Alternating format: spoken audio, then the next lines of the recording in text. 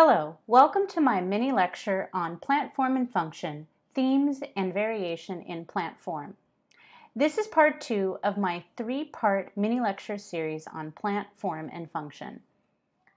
In this second part of this 3-part series, I'm going to talk about themes and variations in plant form and plant tissue systems. Ask yourself, what are some modifications of the plant body to maximize surface area? Remember, maximizing surface area is a very important thing for plants, but the surface area to volume relationship is not a linear relationship. Shoots, roots function in absorption, so they need to have the greatest surface area as possible.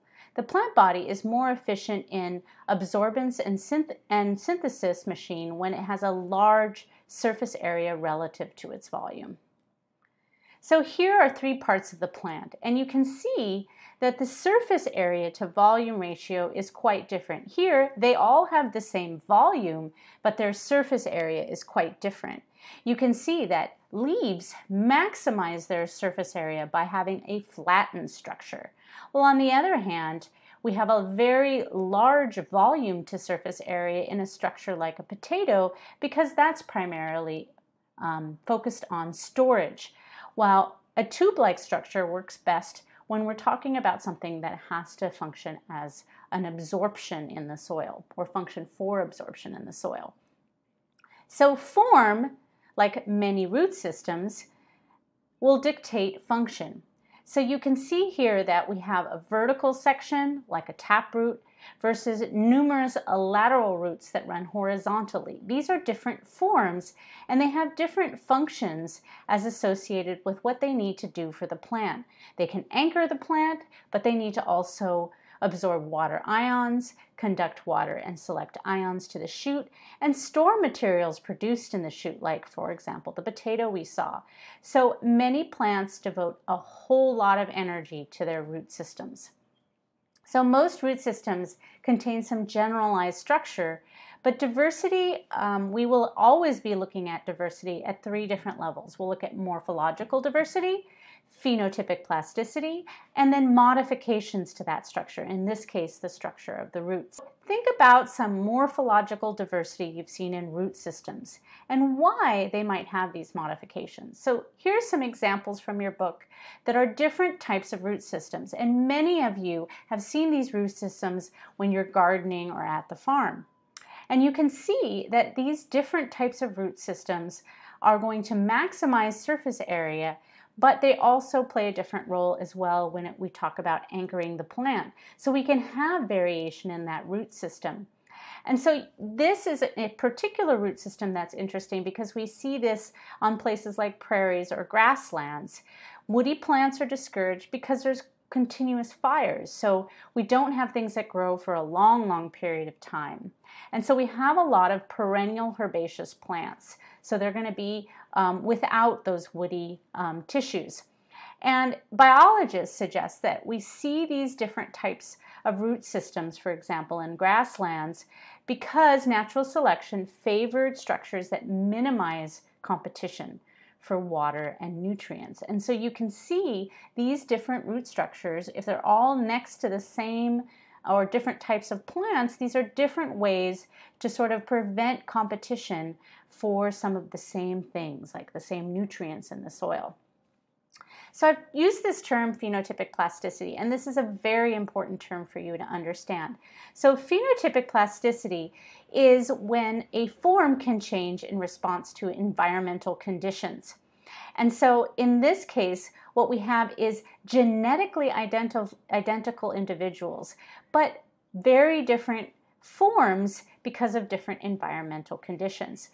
And phenotypic plasticity is particularly important for plants because they grow throughout their lifetime. And they also just can't get up and move if they don't like the environmental conditions, right? So they need to be able to adapt to changing conditions. And so remember, they're genetically identical, but in different environments, they look different. So if you think about that, how would you design an experiment to test if a plant is actually phenotypically plastic? There are two different ways that we test phenotypic plasticity. We can do a common garden experiment or a reciprocal transplant. So a common garden is, say for example, in my little illustration here, you have a plant that lives at the bottom of the mountain, same species of plant, but you can see it's a taller plant with little leaves, and the flower looks this way. But if you're at the top of the mountain, suddenly you can see these leaves are really wide. The flower grows much, much lower to the ground. So maybe you see two different plants and you're like, I think it's the same species, but why do they look so different? What you can do is plant them in the same location, or the seeds from these plants, right? And you can see if they end up looking the same, okay? So regardless of where they came from, they look the same in a common garden. Another possibility is that you can switch locations. So you can take this low altitude plant and put it high altitude, and take that high altitude plant and put it low altitude, and see if they end up looking similar depending on where they are. And then you'll end up with data that looks sort of like this. If it's no plasticity in these two different potential environments, the trait should look the same low altitude versus high altitude. Shouldn't really matter. If there's some sort of plasticity, what you'll see is that something changes between the two different environments. Here you have high variable plasticity with a very strong genotype by environment interaction, because this plant this trait looks completely different here than it does in the other environment, and vice versa, okay? So what are some examples of modifications to roots to adapt to specific environments? Well, adventitious roots are an example of that kind of modification. And one of the common types of adventitious roots is prop roots in corn, which help protect it or anchor it, particularly through very, very windy conditions, which corn often grows in. Another example of adventitious roots are something you're probably very familiar with is if you lay an ivy down, you can see that it develops roots at all these different nodes. So it has the ability to anchor itself to whatever, and that could be a brick building, right? You've seen ivy grow up a brick building. So they develop from the shoot system instead of the root system, and they can be used to help brace individuals or cling to structures. They have a lot of different functions that are associated with support. Another modified root is pneumatophores, and you see this in mangroves particularly. You can see all these modified roots that come to the surface to help plants that are often flooded have higher gas exchange. So it is to increase gas exchange in low oxygen sort of environments.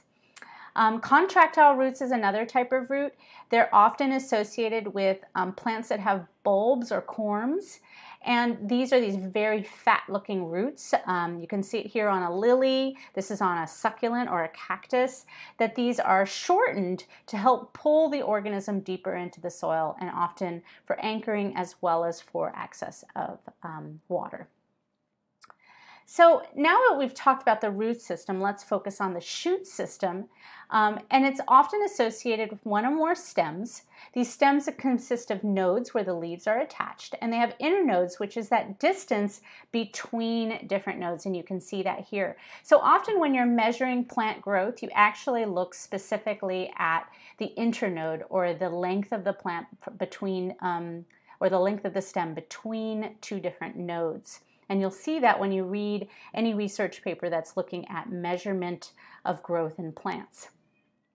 And remember, the leaf is the appendage that projects from the stem laterally, and it's modified for photosynthesis and maybe other things. And on the nodes where leaves attach the stem, we use the term auxiliary bud, and you can see that here, and you often see it on many of our plants that are growing in the garden. And auxiliary buds may develop into additional branches, so those are going to be lateral extensions. You can see that happening here, and those additional branches are often for accessing more light. So at the tip of each stem or branch is an apical bud, and that's where the growth appears, but it's also where a lot of the reproductive structures will start to appear. And you can see here these apical buds look like they might be turning into some sort of flower. In shoots, we have different types of modifications, and that can all be actually associated with that distance that we talked about with the internodes. You can shorten internodes, and that can affect the structure. And what are these modifications for? Well, these can allow plants to harvest light in different ways and minimize competition. So much of the same thing that we talked about with roots you see here, but now remember their job primarily is harvesting light because we're above ground as opposed to absorption when we're talking about something below ground. So what are some examples of modified shoots, and what are these modified shoots for? Well, there's a lot of different kinds of cool modified roots. So cactus stems, as I'm sure you've seen before, are modified for storing water. Stolons, which we've seen if you've ever looked at strawberries, this is something that allows for new growth above ground. So you can see strawberries can sort of climb. Rhizomes produce new individuals at nodes below ground. So you can see the rhizomes here. And then we have tubers. They help store carbohydrates, and thorns that provide protection. So these are all modified shoots. So what shoot system characteristics might demonstrate phenotypic plasticity? There are a lot of different examples of this. There's a really great experiment within the book that you can read about, but variation in growing conditions allow or are selection pressures for phenotypic plasticity. That can be temperature, exposure to the elements like wind, and availability of water, nutrients, and light. And remember again, it's because plants grow throughout their lifetime. Unlike us who reach a maturity and all our growth may be horizontally getting bigger, right? But plants need to be able to adapt to their environment and grow in directions that maximize capturing light. So what are some modifications to leaves, and what are they adapted to? But modifications to leaves you can see in morphological diversity of leaves. We have simple leaves that are just the classic leaf that you're used to, but also compound leaves that have blades divided into leaflets. We can have super compound leaves, doubly compounded leaves, which are very good for dealing with wind and rain, right? Because it lets air through it and water through it very quickly. And species from very cold or hot climates might have needle-like leaves. We can also, or plants can also vary morphological diversity by arrangement of the leaves on the stem. You can see we have several different examples. So opposite leaves, whorls of leaves, alternating leaves, and then we can have this sort of rosette structure that you see for anchoring and for maximizing surface area for light in this rosette shape. And this is an example we can see here of a dandelion. And what leaf characteristics might demonstrate phenotypic plasticity? Here's a great example of that. That's growth in the shade and growth in the sun, for example. These are both oak leaves, white oak leaves, and you can see that the same leaf, same tree, can modify the leaves depending on whether it's growing in the shade or the sun. And this can even be on the exact same tree. So leaves can change depending on what the plant needs.